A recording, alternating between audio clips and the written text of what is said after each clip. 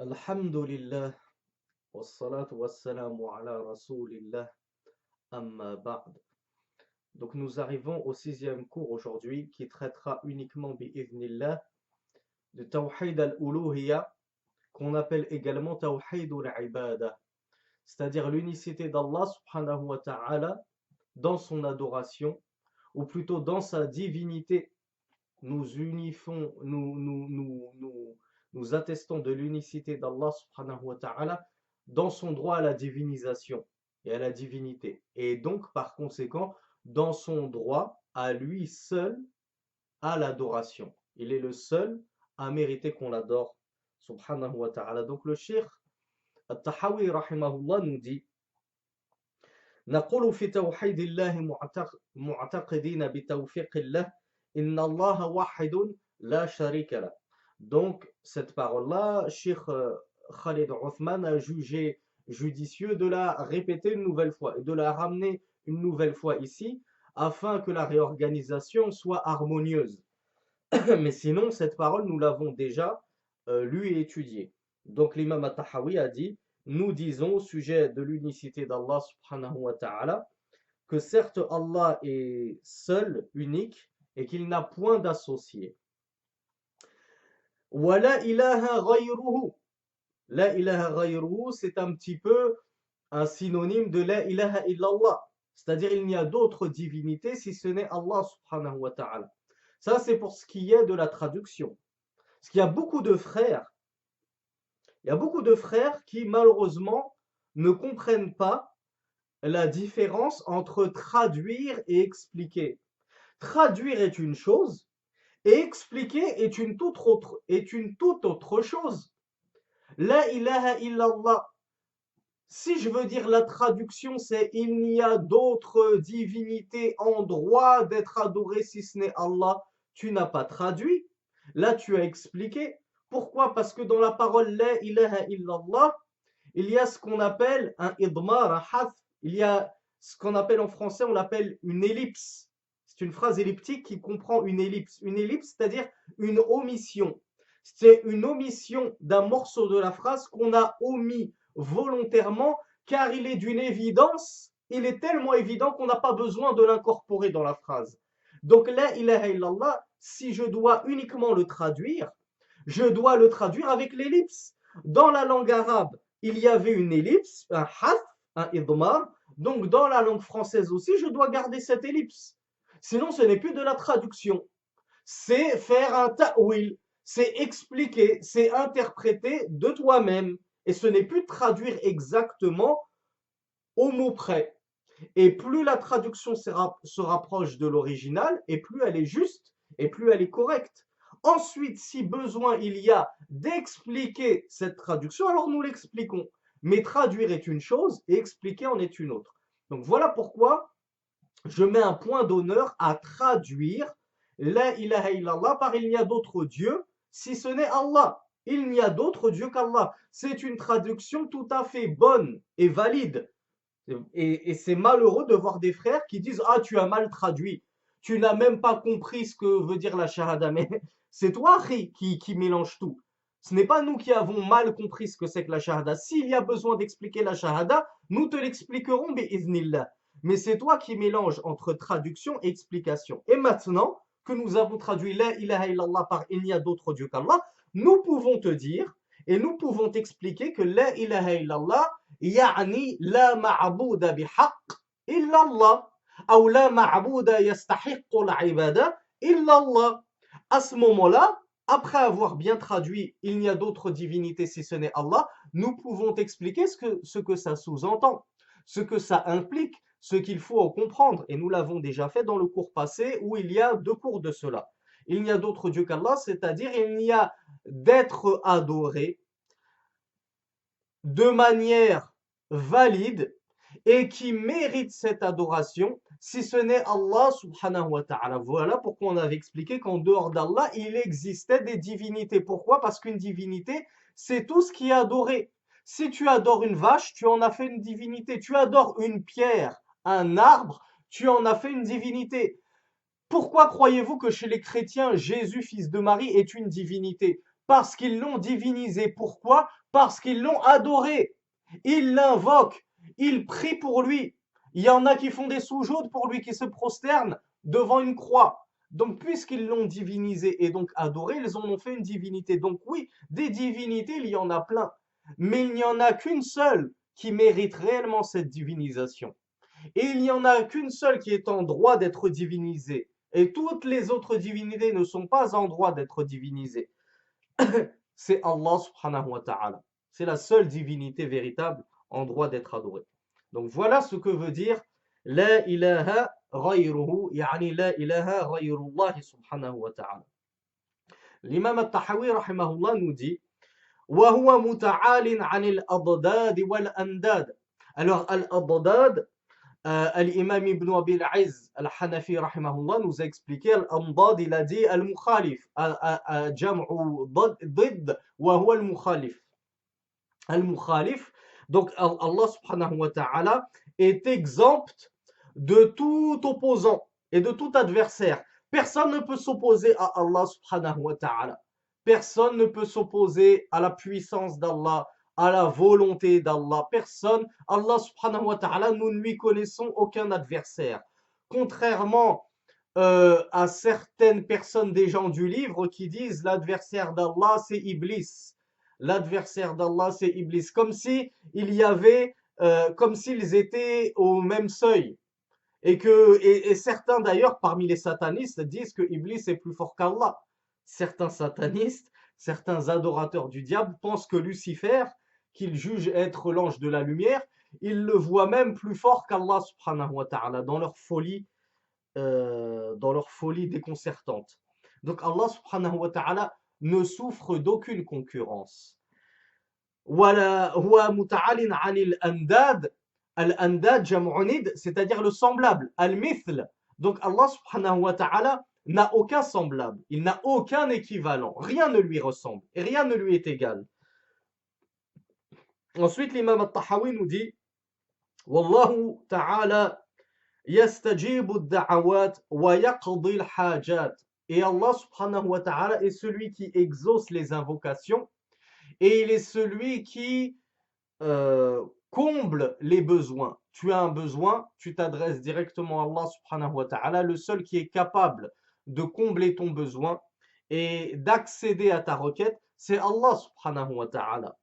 وأمرهم بطاعته يعني الله سبحانه وتعالى أمرهم يعني عباده بطاعته ونهاهم عن معصيته. الشيخ الإمام الطحاوي رحمه الله nous dit et Allah leur a ordonné, c'est-à-dire à ses serviteurs, son obéissance. Il leur a commandé de lui obéir. Et il leur a défendu sa désobéissance. Il leur a interdit de lui désobéir.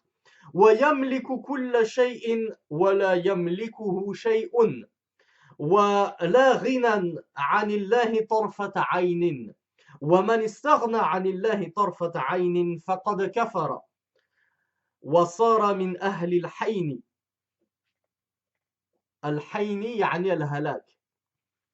Donc l'imam al-Tahawi rahimahullah nous dit il est, c'est-à-dire Allah, celui qui possède tout. Il est le détenteur et le possesseur de toutes choses et rien ne le possède. Allah n'appartient à personne. Personne ne possède Allah, mais c'est lui qui possède tout, toutes les créatures et toute la création. Et il nous dit, personne ne peut se passer d'Allah, ne serait-ce que le temps d'un clignement d'œil, ne serait-ce que le temps d'un clin d'œil, personne ne peut se passer d'Allah subhanahu wa ta'ala. Même pas un millionième de seconde, tu ne peux te passer d'Allah. Si Allah ne pourvoyait plus à tes besoins et se détournait de toi, ne serait-ce que le temps d'un clignement d'œil, eh bien tu mourrais sur le champ. Pourquoi? Car qui te donne l'oxygène que tu respires? Qui fait battre ton cœur en ton fort intérieur et dans ta poitrine? Qui te donne ta subsistance si ce n'est Allah subhanahu wa ta'ala? Qui maintient les cieux et la terre en orbite dans l'univers si ce n'est Allah? Si Allah nous laissait à nous-mêmes et qu'il abandonnait sa création, ne serait-ce que le temps d'un clignement d'œil, pardon, ce serait le chaos et les planètes s'effondraient sur elles-mêmes et tout le monde disparaîtrait. Et le cheikh nous dit, et quiconque se croit dispensé d'Allah subhanahu wa ta'ala, quiconque pense pouvoir se dispenser d'Allah, ne serait-ce que le temps d'un clin d'œil, il nous dit, il a certes mécru. Parce qu'il pense qu'il peut survivre sans Allah subhanahu wa ta'ala. Il pense qu'il peut vivre par lui-même. Il oublie que c'est Allah qui donne la vie et qui reprend la vie à qui il veut. Donc quiconque pense pouvoir se passer d'Allah subhanahu wa ta'ala, ne serait-ce que le temps d'un clin d'œil, d'un clignement d'œil, l'imam al-Tahawi rahimahullah nous dit cette personne-là a mécru.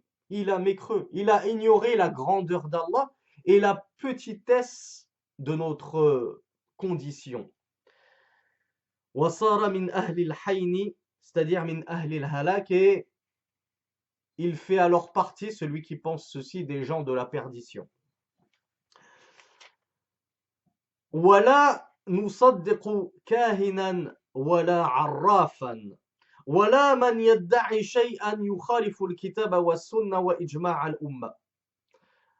Le Cheikh al-Tahawi nous dit, et nous n'ajoutons pas foi aux devins et à tout ce qui est devin, hein, astrologues, voyants, médiums, marabouts, tous ces escrocs, tous ces charlatans. Nous n'ajoutons pas foi en eux, nous ne les croyons pas dans ce qu'ils nous disent. Donc si nous ne les croyons pas, a fortiori nous n'allons pas les consulter et nous ne nous rendons pas chez eux, puisque nous ne croyons en rien de ce qu'ils nous disent. Et ولا من يدعي شيئا يخالف الكتاب والسنة وإجماع الأمة. Et de la même façon, celui qui prétendrait une chose qui s'oppose au Coran, à la Sunna et en plus au consensus de nos pieux prédécesseurs, voire même de la Ummah, de la communauté tout entière, nous n'allons pas ajouter foi en lui, nous n'allons pas le croire et nous n'allons pas le suivre, alors qu'il a emprunté un autre chemin que celui de la Jama'a. Qu'est-ce que ça vient faire dans Tawhid al-Uluhiyya? Pourquoi est-ce que Cheikh Khalid Othman Hafizahullah a mis ce dernier point, le point numéro 27, dans sa reclassification, point numéro 27, wala nusaddiqu kahinan wala arrafan, pourquoi il l'a introduit dans son chapitre à lui qui est Tawhid al-Uluhiyya, l'unicité d'Allah dans son droit à l'adoration? Parce que le fait de croire un kahin, un devin, un médium, un voyant, un marabout, un astrologue, ce que tu veux, si tu te mets à croire ce qu'il te dit, qu'est-ce que tu as fait? Tu t'es mis à penser qu'un autre qu'Allah détenait la science de l'invisible et connaissait le futur. Or, Allah Azza wa Jal te dit dans le Coran وَلَا يَعْلَمُ الْغَيْبَ إِلَّا اللَّهُ. Et nul ne connaît l'invisible si ce n'est Allah subhanahu wa ta'ala.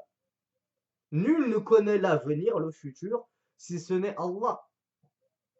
Donc si tu dis tel devin, tel marabout, tel médium, tel astrologue, il m'a prédit que j'allais me marier en l'an 2022 et que j'aurais 3 enfants et que j'allais faire un voyage ici et là et que j'allais obtenir tel et tel métier, que plus tard je travaillerai dans cette branche-là, etc., etc.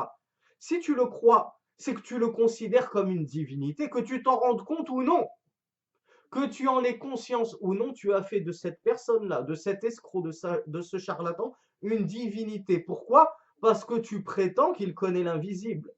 Or, ne connaît l'invisible que la seule et unique divinité en droit d'être adorée, Allah subhanahu wa ta'ala. Donc voilà pourquoi cette parole-là, elle a tout à fait sa place dans Tawhid al-Uluhiyya, l'unicité d'Allah dans son droit à la divinité et à la divinisation. Parce que nous ne divinisons personne en dehors d'Allah. Donc nous sommes convaincus que nul ne connaît l'invisible et le futur si ce n'est Allah subhanahu wa ta'ala. Voilà pourquoi nous les croyants, nous ne nous rendons certainement pas chez les kuhan, et chez les arrafin, etc., etc., chez les devins, les médiums. De la même façon qu'il a terminé ce sous-chapitre de Tawhid al-Uluhiyya en disant celui qui s'éloigne du chemin des croyants, comme Allah Azza wa Jal nous le dit dans le Coran, celui qui emprunte une autre voie que la voie des croyants. C'est-à-dire, yukhaliful ijma', il diverge du consensus de notre umma. La umma, notre communauté de l'islam, elle est unanime pour dire que il y a 5 prières par jour. On doit prier 5 prières par jour. Eh bien, revenons à ce que nous disions dans les premiers cours. Les coranistes qui divergent de cela et qui disent ah non, non, nous on n'est pas d'accord, il n'y a pas 5 prières. Nous on pense qu'il n'y a que 2 prières. Alors vous êtes sortis de l'islam. Vous êtes sortis de l'islam. Car vous êtes sortis de Sabil al-Mu'minin. Vous êtes sortis du chemin des croyants. Et quiconque sort de la voie tracée par Allah subhanahu wa ta'ala et par son messager sallallahu alayhi wa sallam et qui va contredire Al-Qur'an, As-Sunnah et Ijma' al-Umma, alors le shirk nous dit celui-là, nous n'ajoutons certainement pas foi en lui. Et jamais nous ne pourrons le croire et le suivre. D'ailleurs, Ibn Taymiyyah rahimahullah nous dit si quelqu'un apporte une parole qui s'oppose au ijma' des salafis salih, des pieux prédécesseurs. Les pieux prédécesseurs, le prophète sallallahu alayhi wa sallam, ses compagnons, leurs élèves, les élèves de leurs élèves, tous les pieux prédécesseurs, ils sont unanimes.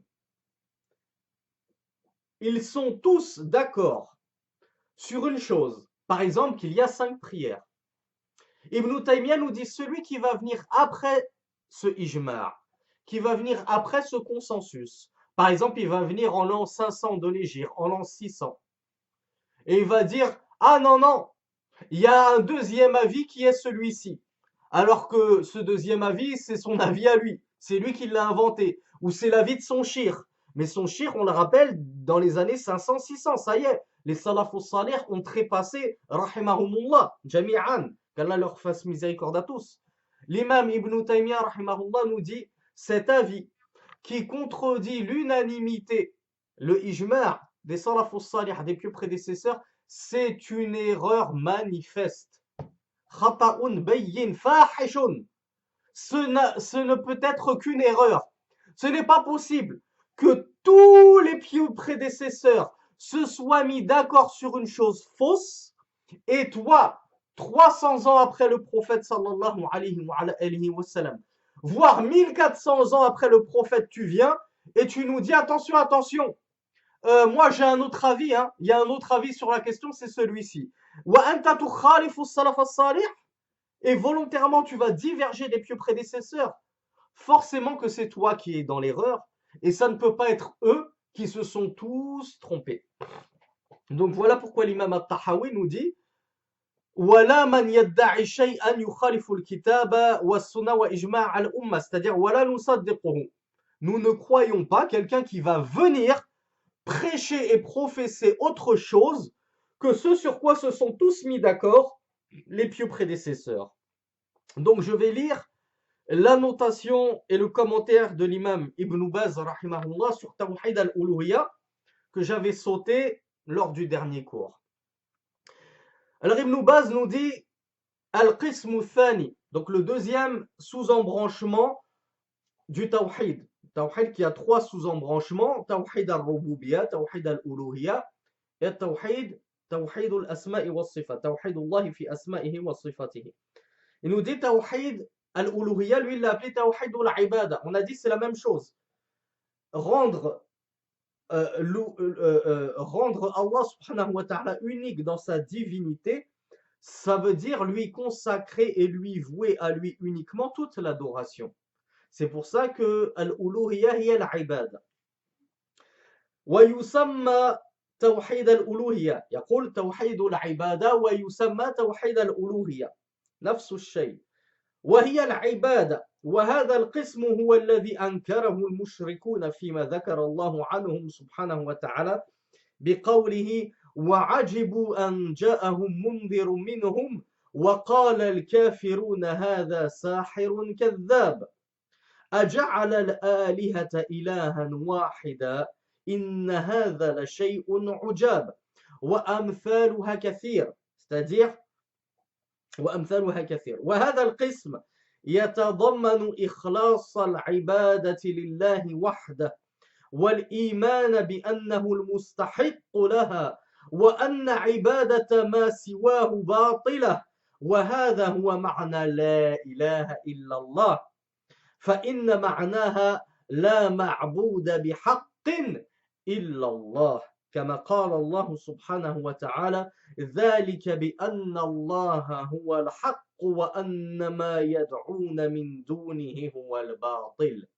Alors l'imam Ibn Baz rahimahullah nous dit la deuxième catégorie de tawhid c'est l'unicité d'Allah dans son adoration, tawhid ou l'ibada. Et il nous dit, et il s'appelle aussi ce type de tawhid, tawhid al-uluhiyya, l'unicité d'Allah dans sa divinité. Et il nous dit, et ceci est l'adoration. Et cette catégorie-là, c'est justement celle qu'avaient rejeté les associateurs, les polythéistes de la Mecque à l'époque du messager d'Allah sallallahu alayhi wa sallam.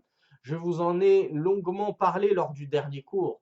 Je vous ai dit, les polythéistes, les associateurs à l'époque du messager d'Allah avaient ce tawhid al-rububiyya. Ils savaient et ils reconnaissaient que Allah subhanahu wa ta'ala était l'unique créateur, l'unique pourvoyeur de la subsistance. Mais ce qu'ils rejetaient, c'était le tawhid d'Allah dans sa uluhiyya, dans sa ibada, dans son adoration. Donc l'imam Ibn Baz nous dit, c'est ce tawhid al-uluhiyya, tawhid al-ibada, l'unicité d'Allah, dans son droit à lui seul, à être adoré. Et personne n'a le droit d'être adoré en dehors d'Allah. Eux, les mushrikoun, les polythéistes de la Mecque, n'ont pas voulu obtempérer. Ils ont rejeté cela. Ils n'ont pas voulu cesser d'adorer avec Allah leurs idoles. D'ailleurs, ils adoraient davantage leurs idoles qu'ils n'adoraient Allah subhanahu wa ta'ala.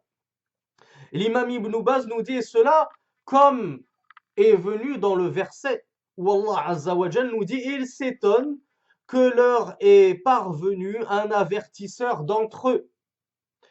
Et les mécréants ont dit celui-là est un magicien et un grand menteur.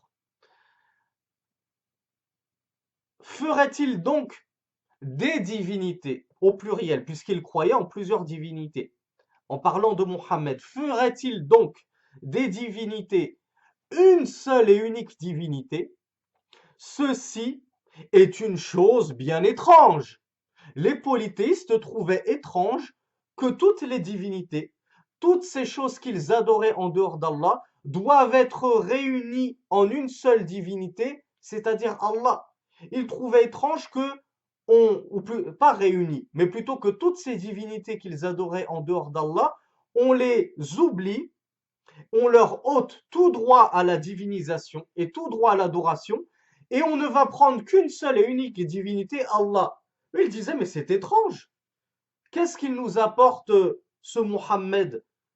Nous adorons plein de divinités, et lui, il nous dit que nous ne devons en adorer qu'une.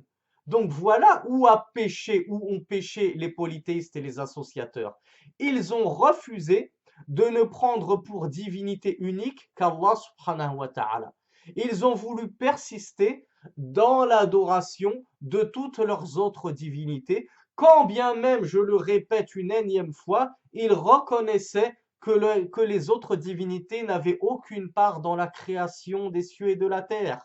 Et lorsque tu leur demandes qui a créé les cieux et la terre, ils disent Allah. Ils reconnaissaient véritablement que c'était Allah le seul créateur. Mais malgré ça, ils se sont entêtés à ne pas vouloir adorer Allah uniquement. Mais ils se sont entêtés à continuer à adorer leurs idoles en dehors d'Allah subhanahu wa ta'ala. Et comme nous le dit le Cheikh Ibn Baz, les versets qui prouvent cela, qui prouvent ce manque dans le tawhid al-uluhiyya, quand bien même ils avaient tawhid al-rububiyya, donc ce manque dans l'unicité d'Allah, dans son adoration, quand bien même ils avaient une certaine unicité d'Allah dans sa seigneurie, les versets à ce sujet sont nombreux. Donc cette classification du tawhid, on ne la tire pas de n'importe où, on la tire du Coran et de la Sunna. On la tire du Coran et de la Sunna. Ainsi étaient les choses.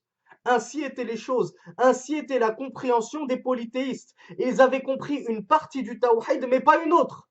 Ils avaient compris que Allah subhanahu wa ta'ala c'était le seul créateur, mais ils n'avaient pas compris que parce que c'était le seul créateur, alors logiquement, c'était le seul à mériter l'adoration.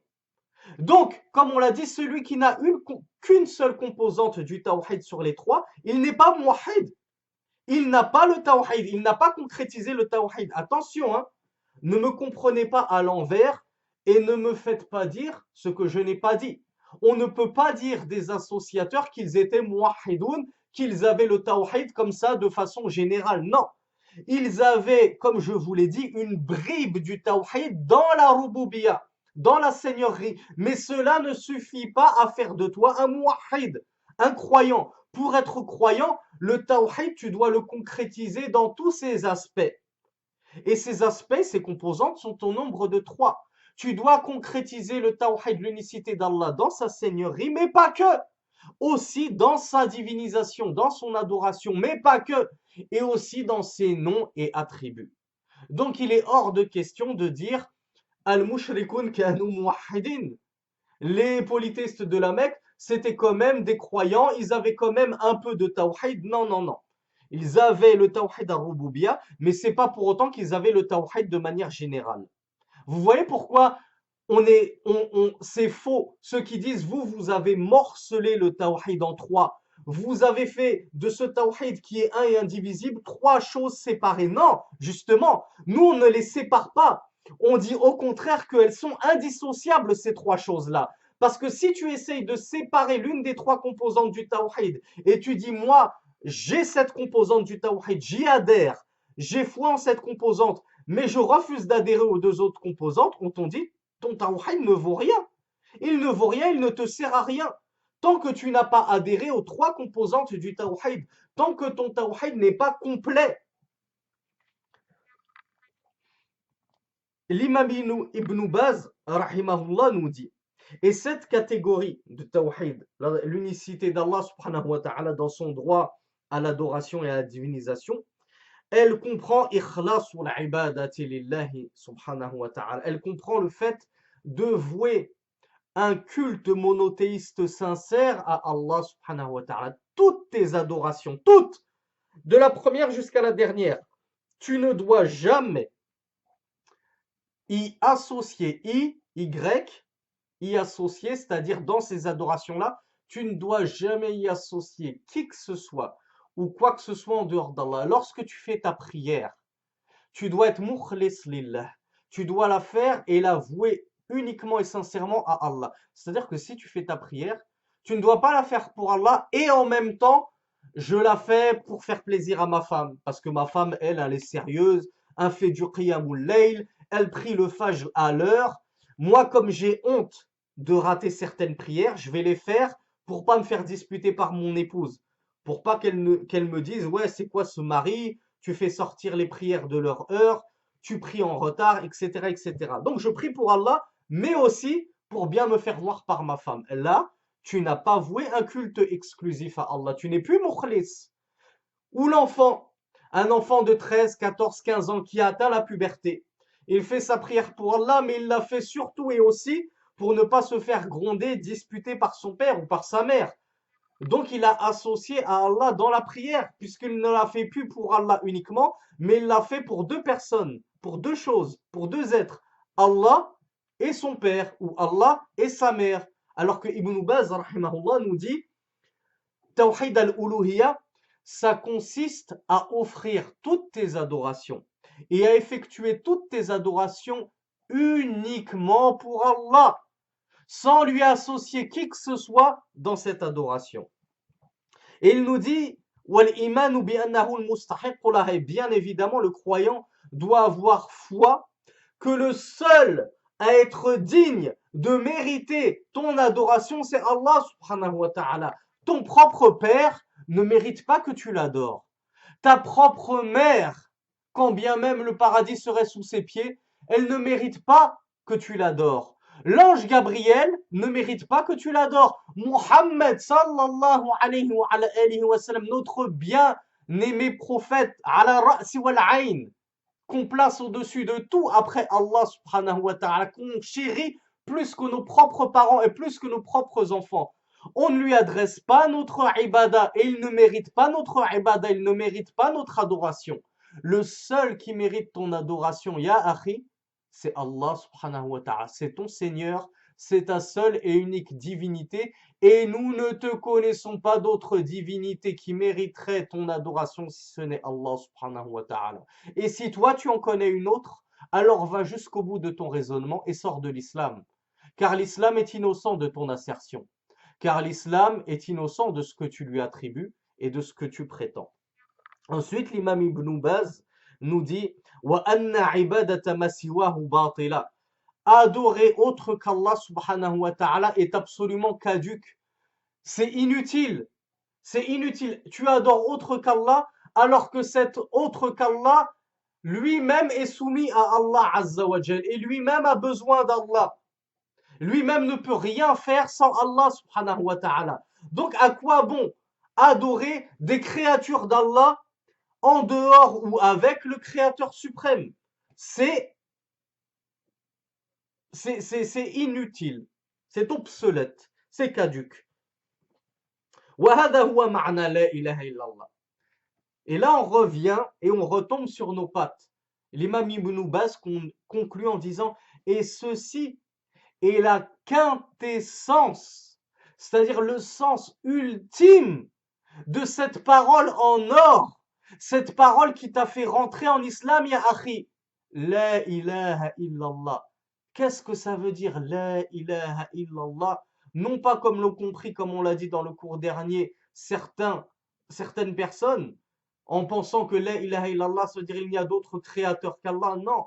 La ilaha illallah, c'est-à-dire il n'y a d'autre divinité qui est en droit d'être adorée et qui mérite de recevoir ton adoration et nos adorations si ce n'est Allah subhanahu wa ta'ala. C'est ça qu'il faut comprendre de la ilaha illallah.